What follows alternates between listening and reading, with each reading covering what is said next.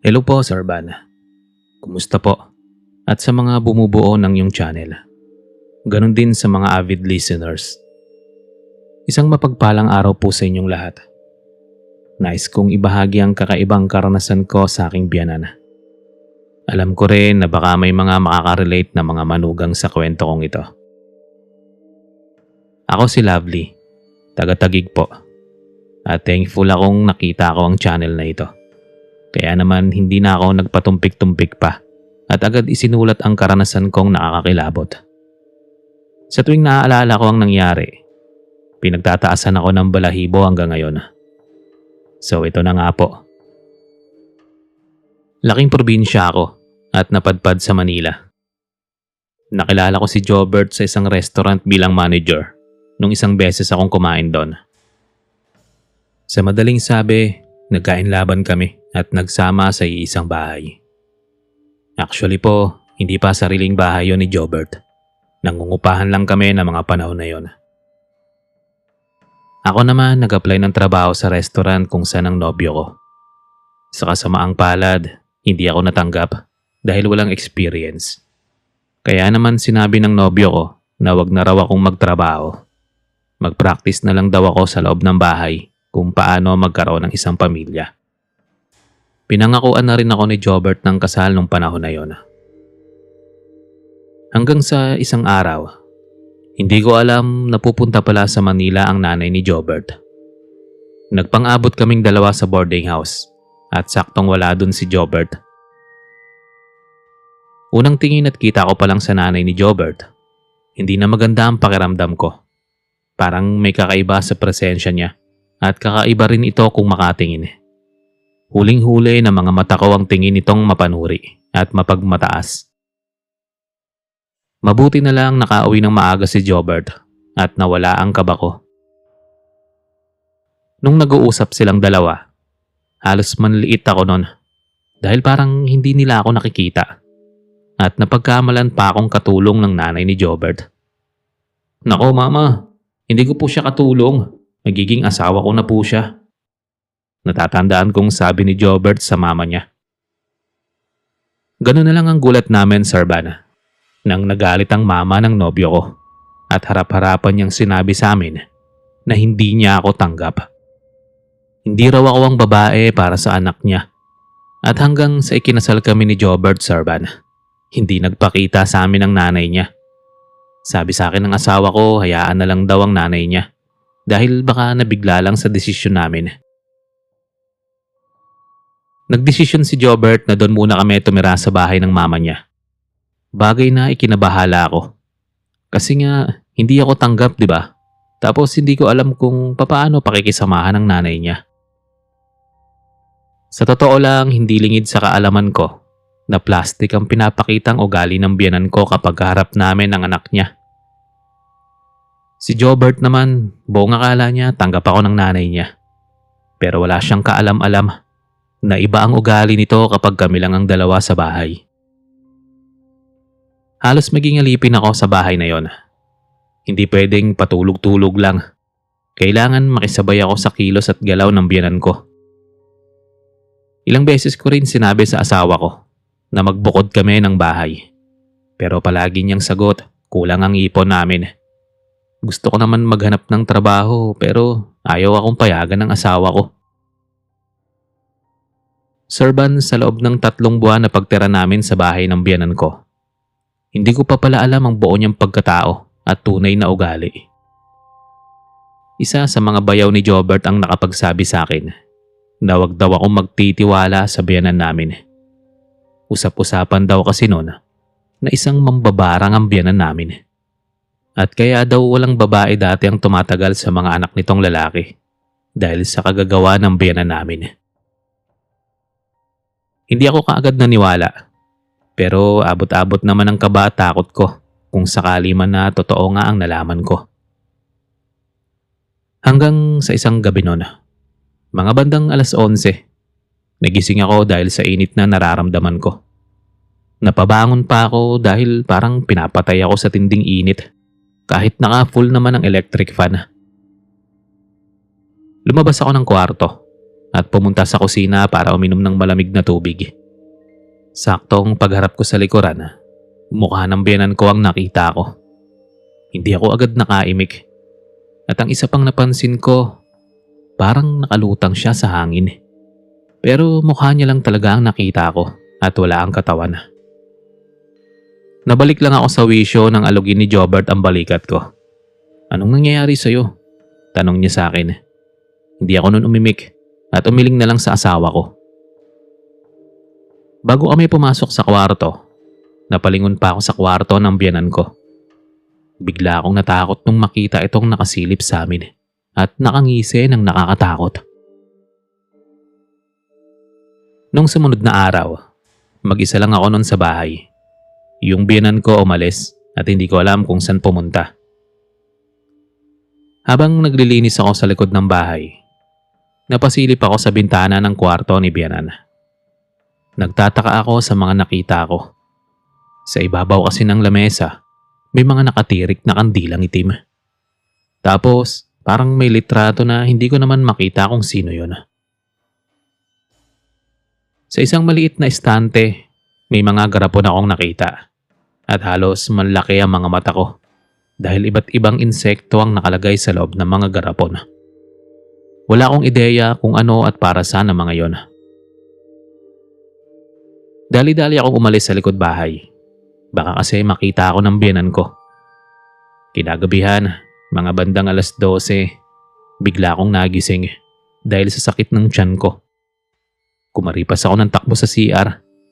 Pero habang naroon ako, nagtataka ako sa dinudumi ko. May mga plastic yung nakasama at ilang mga maliliit na uod. Kinilabutan ako at hindi tinapos ang pagdudumi.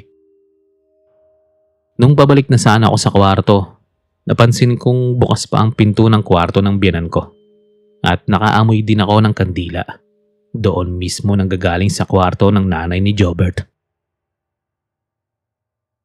Dahil sa kuryosidad ko, dahan-dahan akong lumapit sa pinto at sinilip ang nasa loob. Nakita ko ang biyenan kong babae. Nakasuot siya ng purong itim na bestida. May hawak na kandila at ipinapatak yun sa hawak niyang litrato. Nakaramdam naman ako ng pananakit sa balat ko. Pakiramdam na parang napaso ng plastic. Bigla akong itinago ang mukha ko sa pader nung lumingon banda sa akin ang biyenan ko. Pagsilip ko ulit sa loob, wala na ito doon. Halos mga talang puso ko dahil sa takot at kaba nung nasa likuran ko na yung biyenan ko. Nakakapagtaka lang din dahil papaano siya napunta sa likuran ko ng ganun kabilis at hindi man lang dumaan sa pinto. Sumilip ulit ako sa loob. Doon na ako nagtaka ulit dahil kitang-kita ng dalawa kong mata na naroon ang biyenan ko. Tapos wala na rin ito sa likuran ko. Dali-dali akong bumalik sa kwarto at inisip kung ano ang mga kababalaghan ang nangyayari sa bahay na yon. At alam ko din sa sarili na parang hallucinations lang ang mga yon. Kaso lang nagulat na naman ako dahil nakita kong naroon sa loob ng kwarto ang nanay ni Jobert. Kaya naman tinanong ko siya kung ano ang ginagawa nito sa kwarto namin. Kaya lang sa lakas ng boses ko nagising si Jobert. Pero hindi ko yun pinansin at nakatingin lang sa nanay niya. "Sino bang kausap mo dyan?" Medyo naiinis na tanong ni Jobert sa akin. Agad kong sinabi na ang nanay niya ang kausap ko. Pero sabi niya sa akin wala naman daw sa loob ng kwarto si mama. Nagtataka na ako nun dahil bakit hindi makita ng asawa ko na naroon sa loob ng kwarto ang nanay niya. Kaya naman nakatikim ako ng sampal sa asawa ko, Sir Van. At saka lang ako nahimasmasan. Wala nga ang biyenan ko sa kwarto namin nang bumalik ako sa tamang wisyo.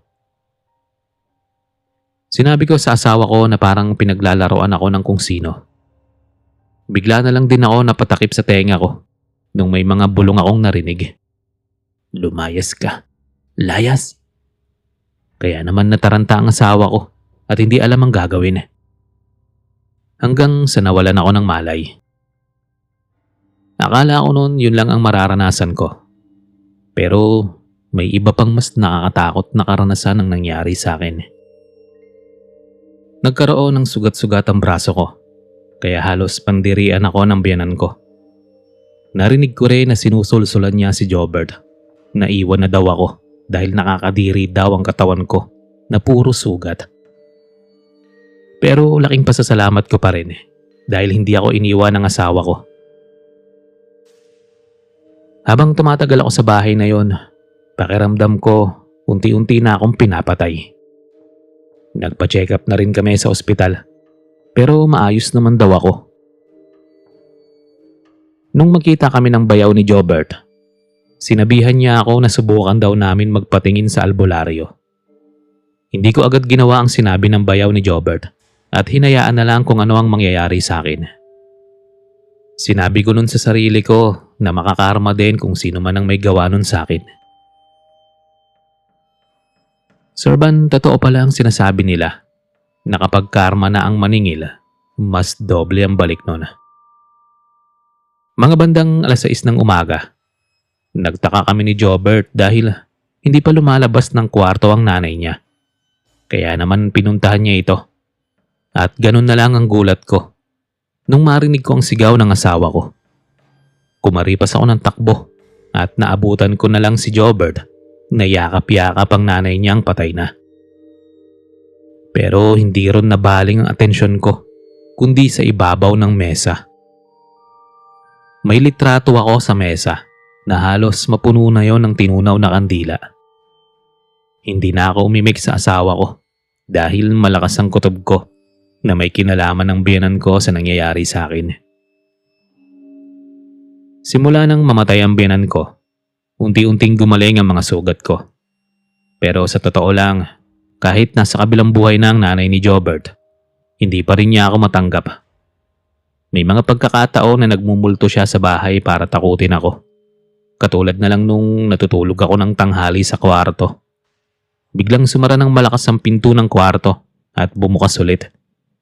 Nakarinig din ako ng ingay sa dating kwarto ni Bianan. At nung gabi habang naghihintay ako kay Jobert, nanonood ako noon ng TV. Dahil katamtaman lang ang volume ng TV, dinig na dinig ko ang pagbukas ng pinto sa kwarto ng biyanan ko. Biglang nagsitayuan ang mga balahibo ko nung nagpatay sindi ang ilaw sa kwarto nito. At alam ko sa sarili na mga oras na yon na nakita ko ang multo ng biyanan ko doon mismo sa dati niyang kwarto. Bigla ring namatay ang TV ng gabing yon. Paulit-ulit na namamahay sa tenga ko ang dati niyang sinabi sa akin na lumayas daw ako. Napasiksik ako nung gabing yon sa may sulok ng pinto. Saktong pagbukas nun ng pinto nakita ako si Jobert at nakita ako sa ganong sitwasyon. Dahil sa mga nangyayari sa akin, napilitan si Jobert na umalis sa bahay na yon. Dahil baka mapahamak ako at ang dinadala kong baby. Hanggang ngayon, hangad ko pa rin ang katahimikan ng biyenan ko sa kabilang buhay.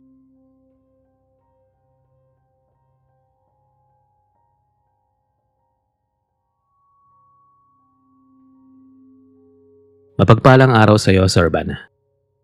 Itago mo na lang ako sa pangalan na Loida. Ang aking kwentong ibabahagi ay tungkol sa aking biyenan.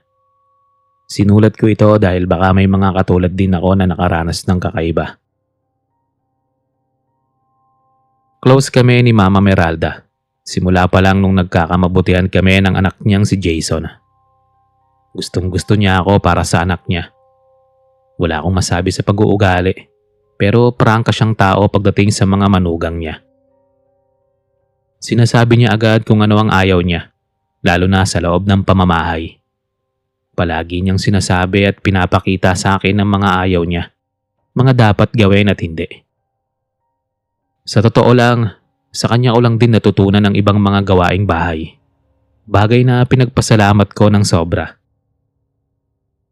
Sinabi pa niya sa akin na kapag nagkaapo na daw siya sa amin, siya daw ang mag-aalaga. At sana din daw ay bago siya mawala, sana ay makita niya ang kanyang magiging apo. Sa totoo lang din, Sir Van, merong pinagtapat sa akin ng mama ni Jason. Meron daw siyang sakit na matagal nang tinatago sa mga anak niya. At kung pupwede niya araw ay huwag kong sasabihin sa kanila. Hindi niya rin binanggit sa akin kung anong klaseng sakit ang meron siya. Basta sinabi niya lang na baka raw hindi na siya magtatagal.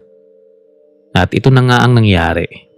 Nung 3 buwan na pagbubuntis ko, namatay si Mama Meralda. Nakita na lang namin siya sa kwarto na wala ng buhay at malamig na ang katawan. Nung matapos ang libing ni Mama Meralda, doon na nagsimula ang pakiramdam ko. Kahit mag-isa lang ako sa bahay, ramdam kong parang may kasama ako. Yun nga lang, hindi ko makita. Lalo na kapag sasapit ang gabi. Napapansin ko na lang na nagsisitayuan ang mga balahibo ko. Katulad na lang ng isang beses na naguhugas ako ng plato. Mabilis akong napalingon sa likuran dahil may anino akong nakita sa pader na dumaan. Isinawalang bahala ako na lang kasi baka wala lang yun. Pero hindi ko naman maiwasan na matakot at kabahan. Bandang 9 PM, hinintay ko si Jason sa may sofa at hindi ko namalayan nun na nakatulog pala ako. Naalimpungatan lang ako nung may humaplos sa tiyan ko. Hirap pa akong imulat ang mga mata dahil antok na talaga. Inakala kong dumating na si Jason dahil may naririnig akong ingay ng mga plato at kutsara sa kusina. "Mahal, nandiyan ka na pala." Natatandaan kong sabi habang papasok ng kusina. Pero natigil ako nun nang may marinig na katok sa pinto. Laking gulat at pagtataka ko dahil si Jason yung kumakatok. Kaya doon na ako nag-isip kung sino yung tao sa kusina at humaplos sa tiyan ko. Nagpahinga saglit si Jason sa sofa bago kamo kumain. Pero kahit anong gawin ko, hindi pa rin mawala sa isip ko yung mga narinig sa kusina. Habang kumakain kami ng asawa ko, bigla akong sinabi sa kanya yung kakaiba kong pakiramdam sa bahay na yon. "Baka mga guni-guni mo lang yun, mahal. At baka dala lang ng pagod." Pagpapagaan ni Jason ang loob ko. Pero alam ko sa sarili kong hindi yun guni-guni. May isang beses din na nakalimutan kong isara ang gripo sa CR. Pero nung naalala ko na nakabukas ang gripo, agad kong binalikan. Kaso lang nakasara na yon. Yun din ang pinagtataka ko dahil wala naman ibang pwedeng magpatay nun kundi ako lang. Nung sumunod na gabi ulit, Sarban, tumawag ang asawa ko na gagabihin siya ng uwi. Kaya mga bandang 8 PM natulog na ako. Dahil sa dala ng pagod, mabilis akong nakatulog. Pero parang buhay ang isip ko na mga oras na yon. Kahit nakapikit ako at gustong igalaw ang mga katawan, hindi ko magawa. May narinig akong yabag at naramdaman ang paghaplos ng kamay sa tiyan ko. Nakarinig pa ako ng hagikik ng isang matanda na parabang natutuwa. Saka lang ako nagising nang makarinig ako ng boses na kumakanta. At sa hindi malaman na dahilan, bigla na lang akong nakaramdam ng takot. Natatandaan ko kasi na mahilig si Mama Meralda sa pagkanta. Nung mga panahon na isinilang ko na ang anak naming malusog, araw ng Sabado, walang pasok ang asawa ko sa trabaho niya. Si Baby Ethan naman ay iniwan lang namin sa crib sa may sala. Mga bandang 8 PM noon, bigla na lang pumalaho ng iyak si Ethan. Yung iyak niya parang sinadya talagang saktan. Kaya naman dali-dali akong naghugas ng kamay at kinuha ang anak namin.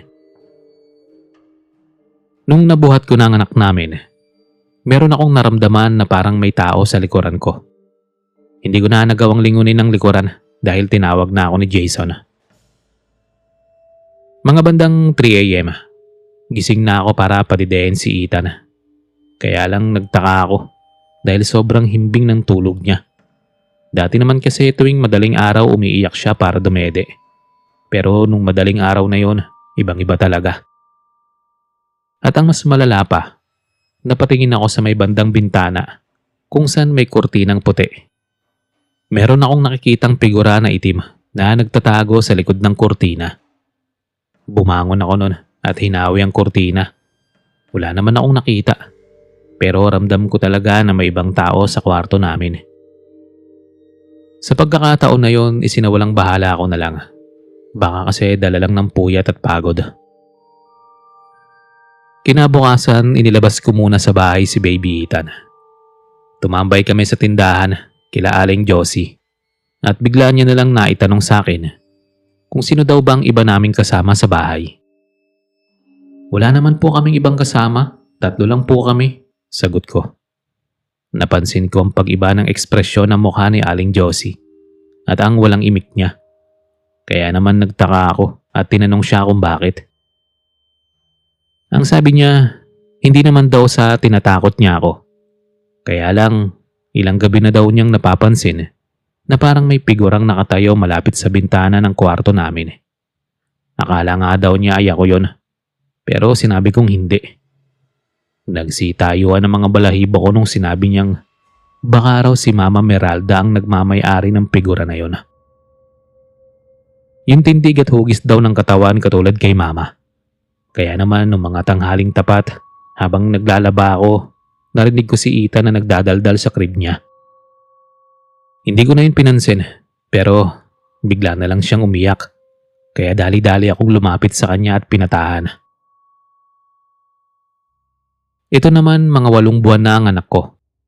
Nakakagapang na rin siya at kung saan-saan na nakakarating sa loob ng bahay. Isang gabi, mga bandang 11 p.m., iniwan kong mahimbing ang tulog ni Ethan. Kakahiga ko pa lang sa kama nang marinig ang tawa ng anak namin. Kaya naman nilapitan namin yun ni Jason. Walang tigil sa pagtawa ang anak namin ng gabing yon. Tapos nakatingin lang siya sa isang direksyon, banda sa bintana. Agad kong kinuha si Ethan para patigilin sa pagtawa dahil gabi na at baka kabagan siya. Pero bigla na lang itong umiyak. Inilagay ko siya ulit sa crib, saka lang siya tumahan. At maya-maya pa ay nakatulog na. Nakatulog na rin kaming mag-asawa. Hanggang sa nakarinig ako ng pag-iyak. Tapos boses na kumakanta. Parang pinapatulog ang anak ko.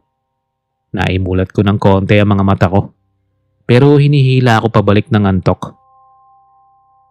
Ang huli kong natatandaan, may isang bulto ng babae ang nakatayo sa gilid ng crib ni Ethan at nakasuot ito ng puti.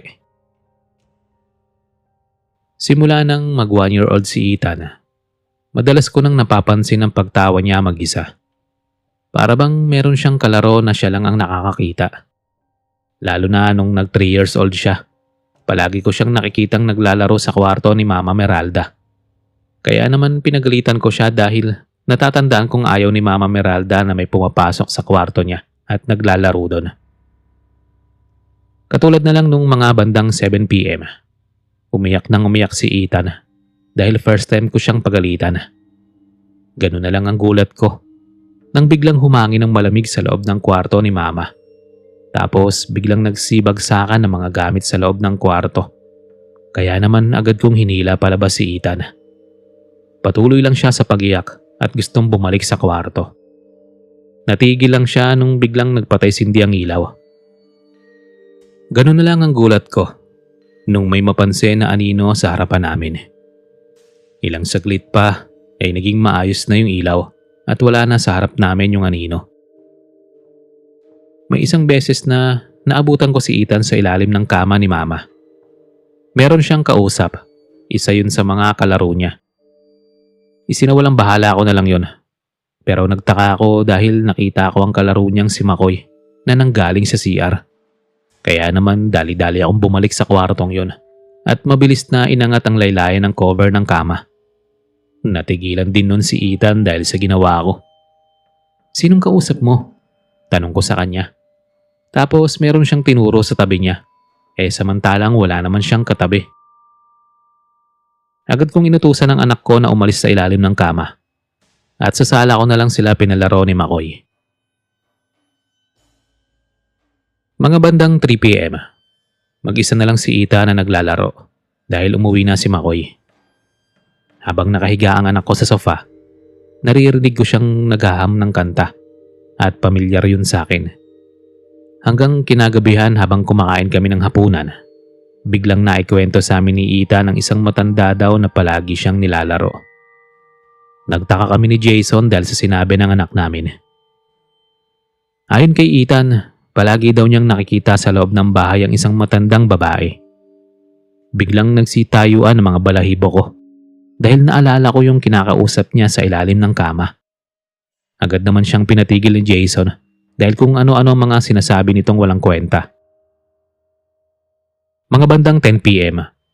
Hindi pa ako nun tulog dahil bumabalik-balik sa isipan ko yung mga kinuwento ng anak namin. Ginawa ko nun, bumangon ako at lumabas ng kwarto para silipin si Ethan sa kwarto ng lola niya. Doon na kasi siya natutulog tuwing gabi. Nasa pinto pa lang ako nung marinig ko na naman na meron siyang kausap at tumatawa pa siya mag-isa. Nasa mukha ko ang pagtataka dahil bakit gising pa ng ganong oras ang anak ko. Idinikit ko sa pinto ang tenga ko para marinig kung sino man ang kausap niya. Pero wala akong narinig at boses lang talaga ni Ethan ang naririnig ko. Nung makapasok ako sa loob ng kwarto, naabutan ko siyang nakasandalang likod sa headboard ng kama at bigla siyang natahimik. Sa pangalawang pagkakataon, tinanong ko siya ulit kung sino ang kausap niya. Si Lola. Masaya pa niyang sabi sa akin habang ako naman ay kinilabutan. Nung mga oras na yon, ramdam ko ang isang presensya sa loob ng kwarto. Tinanong ko siya kung sinong lola. Agad naman niyang tinuro sa akin ang litrato ni Mama Meralda. Nalaman din yun ni Jason dahil sinabi ko sa kanya kinaumagahan. Ang sabi ng asawa ko, baka nga raw totoo ang sinasabi ng anak namin. Hanggang sa naalala kong gustong-gusto ni Mama Meralda na magkaapo na bago pa man siya mawala. Kaya naman simula noon nasanay na kami. At bagay na pinasasalamatan namin ay ang hindi kami iniwan ni Mama Meralda kahit siya ay nasa kabilang buhay na.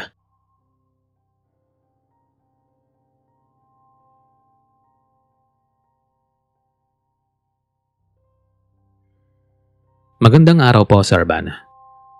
Tawagin mo na lang ako sa pangalan na Pipoy. Share ko lang po itong tungkol sa biyanan kong kakaiba sa lahat. Ewan lang kung merong makaka-relate sa kwento kong ito . Hindi naman masama ang ugali ng babae kong biyanan. Masyado lang siyang tahimik at isang sagot lang din kapag kinakausap. Hindi ko rin masasabi na nakakatakot itong kwento ko katulad ng ibang naka-upload. Nakilala ko si Agnes sa isang terminal habang naghihintay ako ng mga pasahero. Saktong nagtanong siya sa akin kung saan daw ba ang ruta ko. Sinabi kong sa Purok 1 lang ang ruta ko. Nakita kong medyo nawalan siya ng pag-asa. Kaya naman tinanong ko siya kung saan ba ang punta niya. Sa Barrio 13 sana ako uuwi. Kaso wala nang mga sasakyan ng papunta doon. Sagot niya sa akin. Dahil sa awa ko, sinabi kong ihahatid ko na lang siya kahit medyo malayo. At doon nagsimula ang lahat hanggang sa naging nobya ko siya. Pinakilala niya rin ako sa pamilya niya. Tanggap ako ng papa at mama niya. Kaya lang nakakailang ang presensya ng nanay niya. Ramdam kong parang may kakaiba sa kanya na hindi ko mahulaan kung ano yon. At ang isa sa napansin ko ay ang mga mata nitong hindi nakikipag-eye to eye kapag kausap ko. Bagay na kinawirduhan ko. Sabi naman ni Agnes, masanay na ako dahil ganun daw talaga ang nanay niya. Doon na rin ako tumira sa kanila. At sa isang linggong pagtira ko sa bahay nila Agnes, mas nakilala ko ang kawirduhan ng nanay niya. Ayaw nito sa asin at bawang na lasa. Kaya naman napag-isipan ko tuloy na baka aswang ang biyanan ko. Kasi ayon sa paniniwala ng pamilya ko, ganun daw ang palatandaan sa mga aswang. Pero binaliwala ko na lang dahil baka nga ganun lang talaga ang biyanan kong babae. Saka wala namang nababanggit si Agnes sa akin tungkol sa nanay niya. Mga 11:00 ng gabi. Saka lang ako nakauwi galing pasada.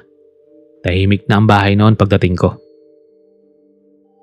Papasok na sana ako sa loob nang may marinig akong lagabog sa itaas ng bubungan. Kaya naman dali-dali akong lumabas at inilawan ng nasa itaas. Wala naman akong nakita. Pero may narinig akong umungol sa likod bahay na para bang nasaktan. Nagkagulatan pa kaming dalawa ng biyanan kong babae. Nakita ko kasi siyang galing sa likod bahay at nakahawak pa sa bewang niya. Hindi na lang ako umimik at nauna nang naglakad dahil parang wala naman siyang balak na mauna. Palaisipan sa akin kung bakit naroon pa sa likod bahay ng ganong oras ang biyenan ko. Naikwento ko yun kay Agnes pero wala siyang naging sagot at parang hindi man lang siya nagulat sa ibinalita ko. Kaya naman mas naging palaisipan sa akin yun. At nasabi ko na lang sa sarili na baka nga hindi ko pa kilala ng lubusan ng pagkatao ni Agnes. 3 araw ang lumipas at kinalimutan ko na lang yung nakita ko. Pero habang tumatagal ang pagsasama namin ni Agnes sa bahay na yon, unti-unti kong nalaman ang sikreto ng pamilya niya. Nung sumunod kasi na araw, hindi ako noon namasada. Nagpahinga ako ng 1 araw sa trabaho at doon ko nalaman na tuwing hapon lang lumalabas ng bahay ang biyenan kong babae. Sa tinagal ko sa bahay nila, hindi ko man lang siya nakitang lumabas ng bahay kahit sa araw. Sumapit ang 12:00 ng gabi. Nakarinig ako ng kalusko sa labas ng bahay. Hanggang sa na-curious ako sa ingay, kaya bumangon ako. Nung mabuksan ko ng konti ang pinto, hindi na ako tumuloy lumabas dahil nakita akong pinagbuksan ng biyenan kong lalaki ang asawa niya.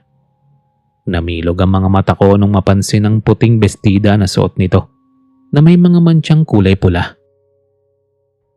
Bigla akong napabalik sa higaan nang mapatingin sa kinaroroonan ko ang nanay ni Agnes. Nagkunwari akong tulog nun, pero ramdam ko na naroon sila sa loob ng kwarto. Halos masok rin ako sa naamoy kong malansa na parang sariwang dugo. Nung marinig ko ang yabag nilang papalayo, saka lang ako nakahinga na maluwag at nagmulat ng mga mata. Naging sunod-sunod na ang kakaiba kong nararamdaman sa pamamahay na yon. Nung sumunod na gabi, isang nakakapangilabot na pagaspas ang narinig ko sa itaas ng bubungan. Hanggang sa nawala din yon at hindi ko na narinig pa. Kinabukasan habang naghihintay ako ng pasahero sa labasan, meron isang matandang lalaki ang lumapit sa akin. Walang preno niyang sinabi na wag daw ako magtitiwala sa pamilya nila Agnes at kung pwede nga raw ay iwasan ko na mga ito bago pa mas lumalim ang samahan at pagmamahalan namin ni Agnes. Hindi ko raw alam kung anong klaseng pamilya ang kinakasama ko. Meron pa sanang sasabihin sa akin yung matanda, kaso lang dali-dali na itong umalis nung makitang papalapit na sa amin si Agnes. Anong sinabi sa iyo ng matanda na yon? Tanong ni Agnes sa akin. Umiling lang ako bilang sagot sa kanya. Nabalot naman ang katanungan ng isipan ko dahil sa matandang yon. Hanggang sa dumating ang naging kalbaryo ng buhay ko. Lumipat kami sa bago naming bahay. Hindi naman gaanong malayo sa mga biyenan ko. Parang 2 metro lang ang layo. 2 buwan na ring buntis si Agnes na mga panahon na yon. Kaya nagawa naming magbukod ng bahay. At sa pagkakaroon namin ng bahay, kung ano-ano ang mga naririnig ko sa gabi. May boses ng baboy sa ilalim ng bahay at sa tuwing iilawan ko naman, wala akong nakikita. Minsan kaluskos sa bubong na parabang gustong tuklapin ang pawid. At may isang beses na nadaanan ko ng 8:00 ng gabi ang biyenan kong babae sa tapat ng tindahan. Inaya ko siyang sumakay at ihahatid ko sana, pero tumanggi siya. Meron pa raw siyang dadaanan, kaya mauna na raw ako. Hindi ko na siya pinilit, Sir Van, dahil ayaw niya talaga. Pagdating sa bahay, hindi pa ako noon nakakababa ng tricycle. Nang makita ko ang biyenan kong babae, naroon na sa loob ng bahay namin. Takang-taka talaga ako dahil nung iniwan ko siya, nasa tindahan pa siya noon. At papaanong nauna pa siya sa akin. Gayong nakasakay ako sa tricycle habang siya naglalakad lang. Nagsitayuan ang mga balahibo ko dahil sa kutob ko na baka aswang nga ang biyenan kong babae. 5 buwan, Sir Van. Malaki na ang tiyan ng asawa ko. Isang gabi noon sa sobrang pagod ko, nauna na akong natulog kay Agnes. Siguro mga bandang 12 AM, ginising niya ako. Namulatan ko ang asawa ko na namimilipit sa sakit ng tiyan. Natakot ako dahil pinipiga ni Agnes ang tiyan niya. Baka kasi mapaano ang anak namin. Butil-butil na pawis ang lumalabas sa noo niya. Kitang-kita ko ang sakit sa mukha ng asawa ko. Anong nangyayari sa iyo? Taranta kong tanong at hindi alam ang gagawin ng mga oras na yon. Naisipan kong humingi ng tulong sa mga biyanan ko. Pero agad akong pinigilan ni Agnes. Hindi ko naman alam kung bakit.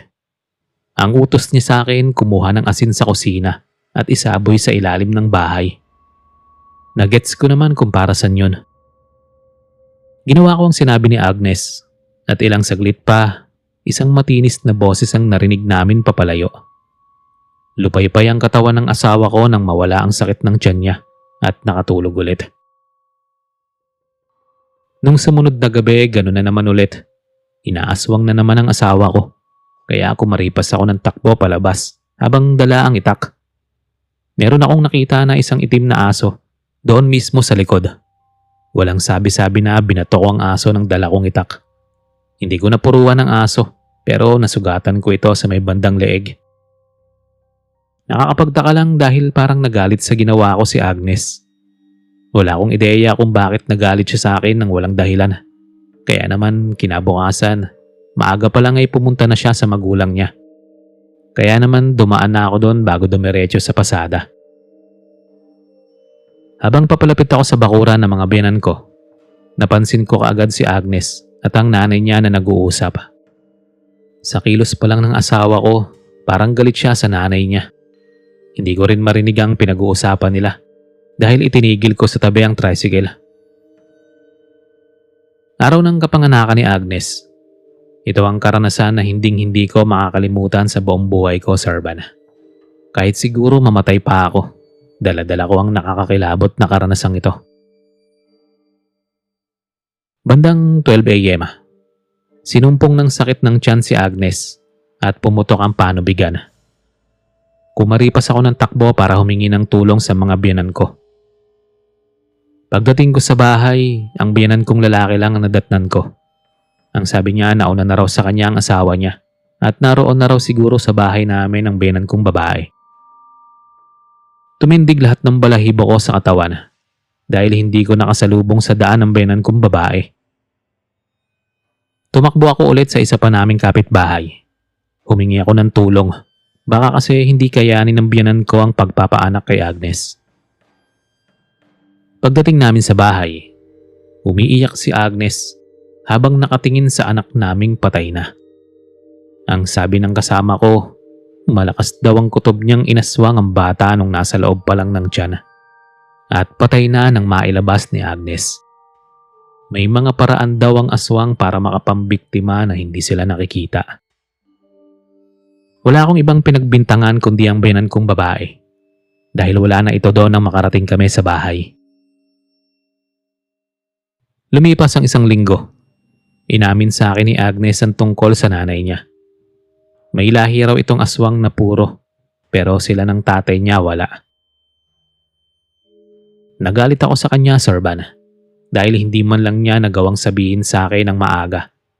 Para sana nailayo ko siya sa nanay niya. Ang sabi niya natakot daw siya, kaya naman simula noon iniwan ko si Agnes. Dahil parang ginusto niya lang din mamatay ang anak namin. At ngayon namumuhay na ako ng tahimik at may sariling pamilya na.